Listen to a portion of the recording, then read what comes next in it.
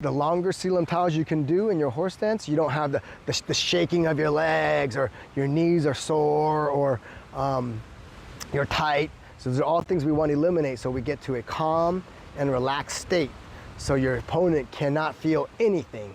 And that's how you take advantage of them, because what your opponent will feel is nothing.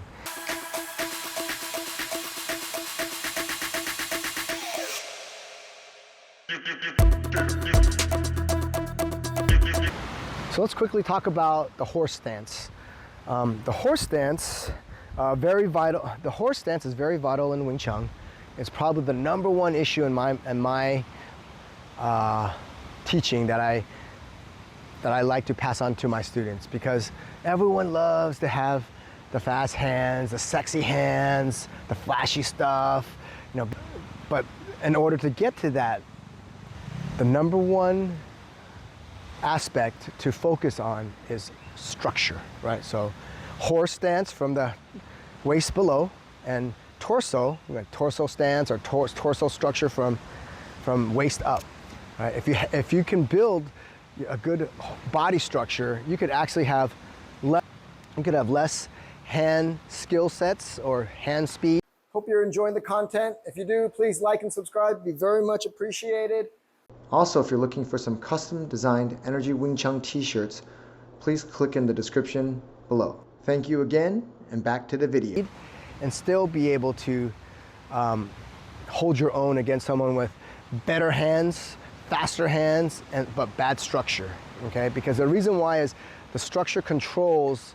If you have structure, you can, and you know how to use it, you can control a guy's body mass and body balance, which will then cause it very hard for them to be able to strike or release their hand skills and speed at you, because they're constantly fighting, being kind of tossed around like you're on a boat, right? If you're on a boat out here, you can see there's waves. The boat will rock, right? And so as you're rocking, and you say you're trying to stand up there, if you're rocking, you're only constantly focusing on trying to keep your balance and not falling off the boat. And so if you have a good horse, then eventually you'll be able to use that horse to control your opponent, which then will make it seem like they're on a boat, and they cannot start to launch strikes at you, because they're constantly focusing on not falling down, or being or trying to focus on keeping their balance and not falling down. So #1 is structure, and that comes horse at the bottom, and then up from the waist up is body or torso structure. Let's briefly go into what it should look like. So what we want the horse to be like is start off toes out, toes in, and it should be roughly shoulder width, okay? So if I drop my hands down, you'll see it pretty much, and draw a line, it'll be on the outside of my ankles. You don't want it too wide. Too wide, you see how now it's the mobility, you'll start to lack mobility. Here, more mobility, but you're like a wine glass, which is very easy to tip over or be controlled. This one is harder to control, but you lack mobility, all right? The next point is, so you want the legs, and you're on your horse, you want your right knee to almost like it's anchored to your left foot. So I'm gonna exaggerate it. So it's straight right now, I'm gonna sink down. So I can sink down, but I don't have anchors. I have to, see how it dropped down? This one drops down. So now we're kind of squeezing. A lot of times in my class, we'll take like a mini basketball, and we'll here to focus on squeezing, okay? It's one thing to squeeze, but we also have to, we don't want to squeeze just this way. We want to squeeze this way. So we're anchoring on both sides, okay? With a little bit of like a pigeon toed. Next part is from the side, we don't want the butt to protrude, right? We want the butt to be aligned, because remember we have to stack the torso onto a good horse. So I want the butt, my pelvis, to tuck underneath my spine. So Qigong used to say, back in China when they trained, they would stick like a quarter in your butt, or like in your top of your butt cheek, and then you squeeze it. And so if you went like this, you hear ding, ding, ding, ding, ding, like a quarter drop noise, then you know you're not doing it right. So what we want is butt tucked in, okay? So now you see it's aligned, and my shoulder, and I don't want my top, even I can have this tucked, but what if I'm like this? I'm leaning slightly forward, right? So I also want my chest or my upper torso right here. If I stick out my chest, not my, so I can be like this and just pull back my shoulders. You see how it doesn't align? So what we want is chest out to align with my pelvis. So now it looks more straight.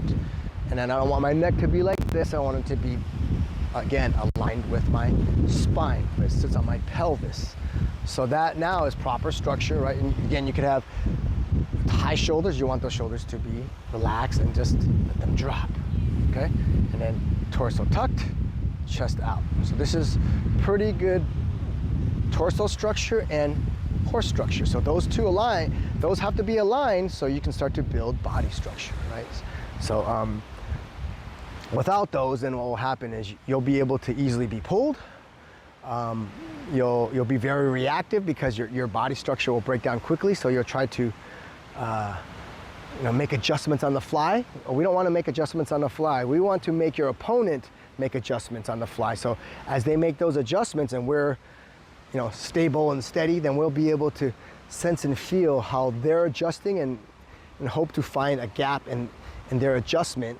So for example, when you're rushing or trying to make adjustments on the fly and last minute, you tend to make a lot of mistakes. So think about going to work.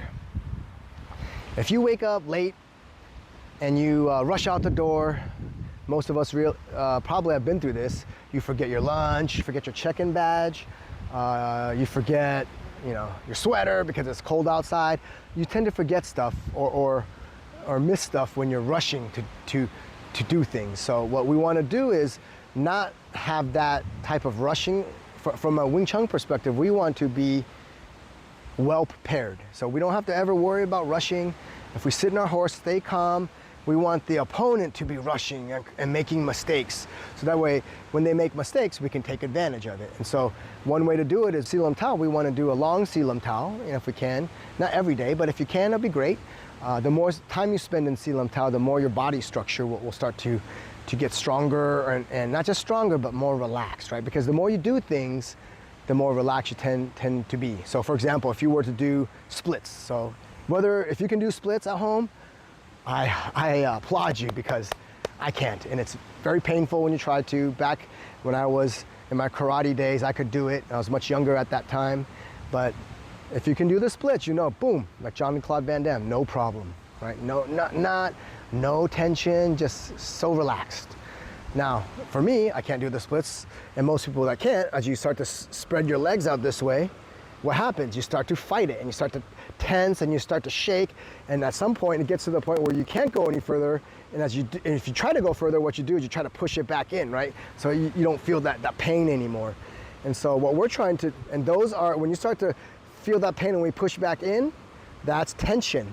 That's potentially mistakes. So we want to be able to get our horse stance and our body structure to where it's boom, no problem, easy. No tension, no tells, just boom, relaxed.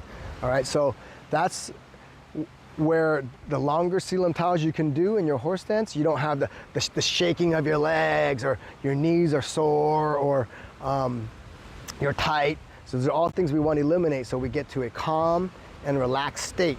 So your opponent cannot feel anything. And that's how you take advantage of them, because what your opponent will feel is nothing. And if they feel nothing, it's very hard for them to respond. It's very hard for them to feel a strike might be coming or a defense might be coming, because they think they are in control. Because they will think that power overcomes this kind of feeling of nothing. But in reality, that's by design. That nothing is actually a trained feeling and trained skill set to where when you become good at something, say playing poker, you're good at poker, right? We always talk about poker tells. There's no poker tells because you're really good at poker. Does that make you a more dangerous or less effective poker player? And the answer is very dangerous poker player, right? And the reason why we can say it's dangerous, not only do they not know you're a player that's playing against you, because they don't know what card you have. Could you be bluffing? Could you not be bluffing? Could you have a monster hand, right? So there's a lot of that. But the newbies in playing poker will always have, and they might be nervous when they have a good hand, or or very quiet when they have a good hand or a bad hand, or when they bluff, they might have a certain tell. So we want to eliminate all tells. The more tells we take away, the better poker player you are, just like in Wing Chun. The more we remove the tension, the shakiness, and we're relaxed, that means, one, your opponent doesn't know what's coming. All right? They think they're in control, but in reality, they are not. Two, that also means that you've put in a lot of time to be able to get to that level of calmness and no tells. Right? That's years of experience, years of training. Right? So that's what's important. That's why the body structure is so important, is to be able to get to that point where there are no more tells.